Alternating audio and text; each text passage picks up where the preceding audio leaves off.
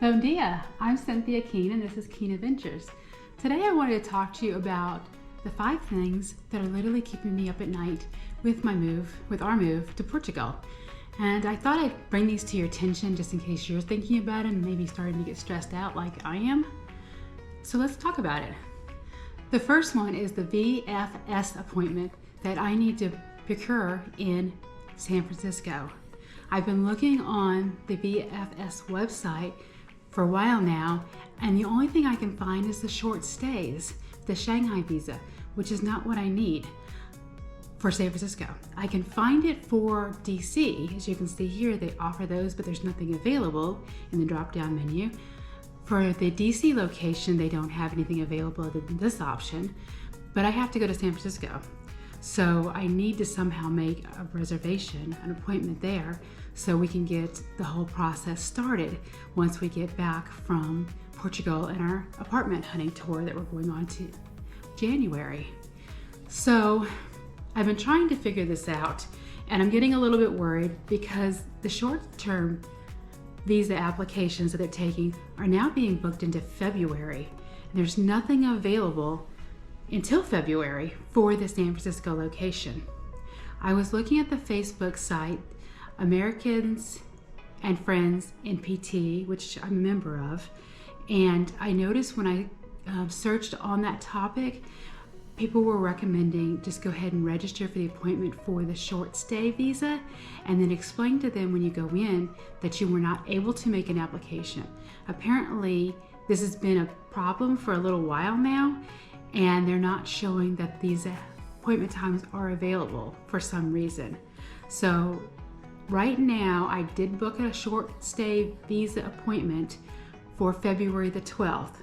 I will continue to look on the site and see if I can find the right type that I need to make the appointment for the D7 visa.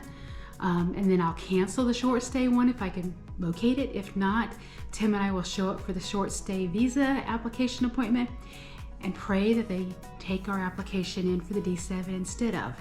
We'll explain to them that there just was no way to make the appointment online, and that's the only way you can make it.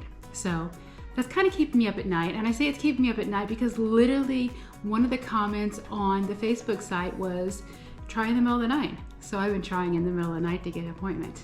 I've been trying in incognito mode. I've been clearing my history.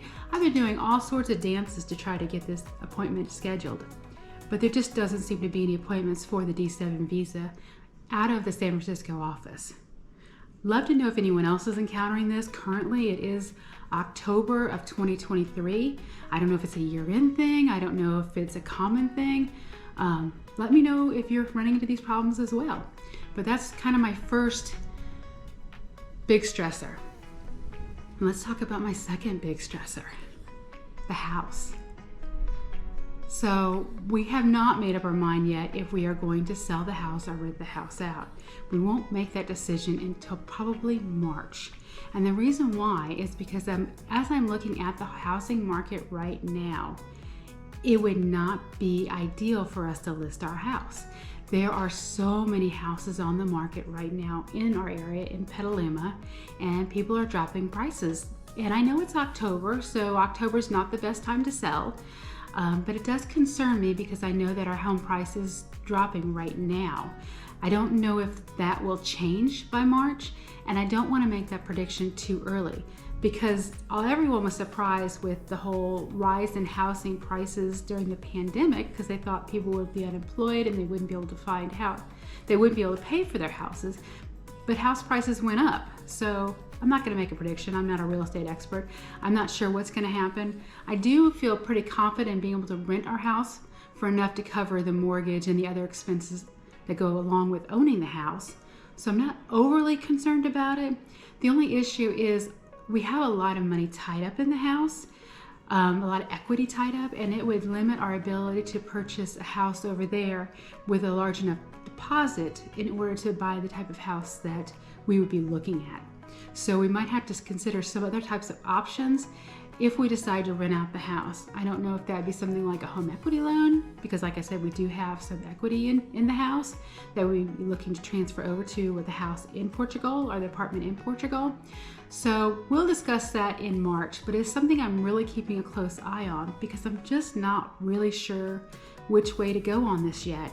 And I don't think I'm in a place to make a decision yet either. It's too soon to decide if we're going to sell the house or rent the house. So stay with me and keep up to date on my decision as I try to make one. The third stressor for us right now is finding an apartment in Portugal.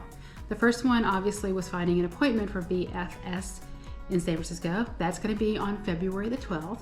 So now we have a date that we have to have a lease agreement by.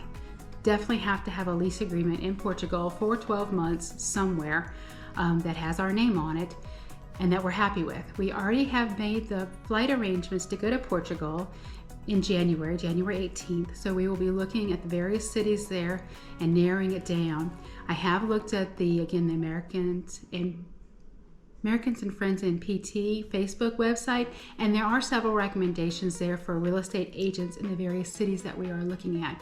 So before we head over there, I'll reach out to them to see if they can help us. I'll let them know what our needs are. We would really prefer a 2-bedroom and hopefully a 2-bathroom. We're not sure if our daughter and our fiance will be living with us at that point or if they will find their own place initially, but we would like to have them on the lease agreement. That way they don't have to worry about getting the 12-month lease agreement in place for their VFS appointment.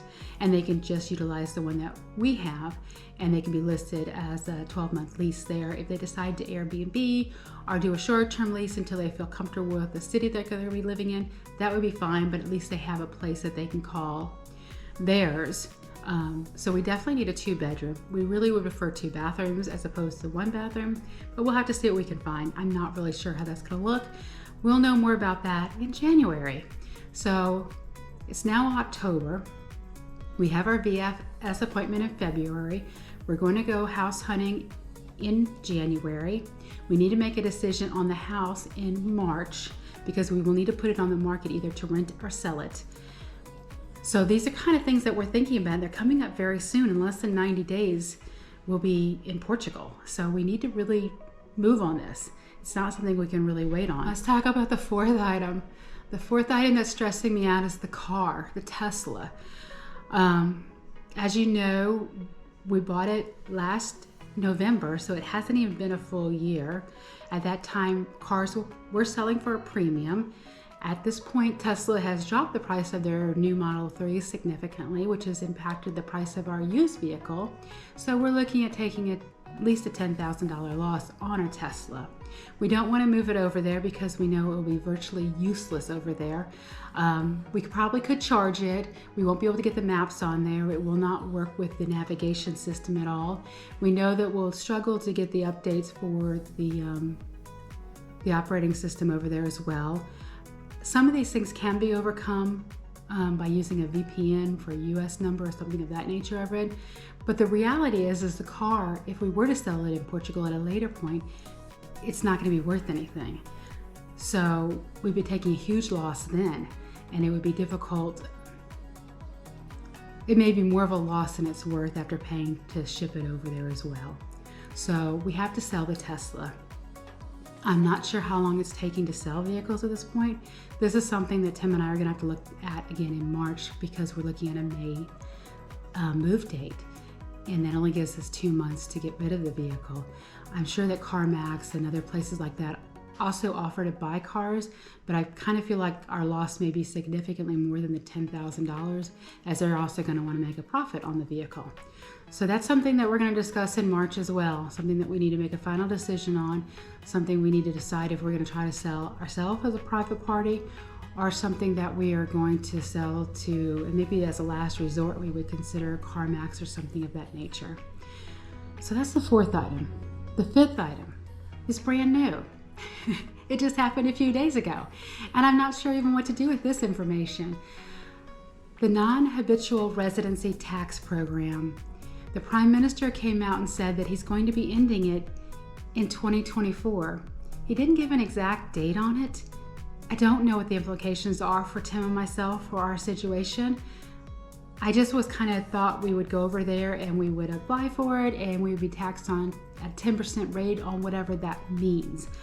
I know there are lots of different facets of that particular program. And I know with the whole Golden Visa program, they did end the part of it that allowed you to get residency through purchasing, but they kept the part of it that you can get residency through investment. So I'm not sure they would get rid of the entire program. It seems to me that that might not happen because they just introduced the D8 visa program for the digital nomads. So I don't know why you would introduce a D8 program for digital nomads if you were going to get rid of the non-habitual residency tax credits that kind of go alongside of it. They're not credits, but they're kind of a lower tax rate. So I'm not sure what's going on there, and I'm not sure. And I've looked into all the different information that I can find on the topic, and there's just not a lot because the Prime Minister didn't say a whole lot about it. So this is another kind of stressor for us because we were looking at the fact that we're going to have to pay U.S. taxes on the income that we are derived from the United States, which is where all of our income is going to be coming from. And I just don't know how the double taxation rule applies over there. I know when we lived in Germany that it was offset. I think that some of the payments might be offset by the double taxation rules, but I don't know if that's only for the taxes we pay for the United States and that we might be liable for any excess. This will happen sometime in 2024. I don't think it's going to happen the 1st of January, but I'm not a psychic and I can't tell you. I just know this is something we need to keep an eye on, something we need to make sure that we are prepared to deal with. That may impact our ability to move and stay over in Portugal if the tax rate is too high on our U.S. income. Something we'll have to talk to a tax attorney about when we get closer and when they actually decide what's happening. Right now, I don't think we're in a position, and I don't think a tax attorney is in a position to really talk to us about the implications of this being discontinued and what facets of it might actually be discontinued. So those are my 5 stressors. Let me know if you have any stressors. Let me know if there's anything that I'm missing, that I'm not thinking about. These are things that are keeping me up at night as we move over there. We only have about 7 months to go.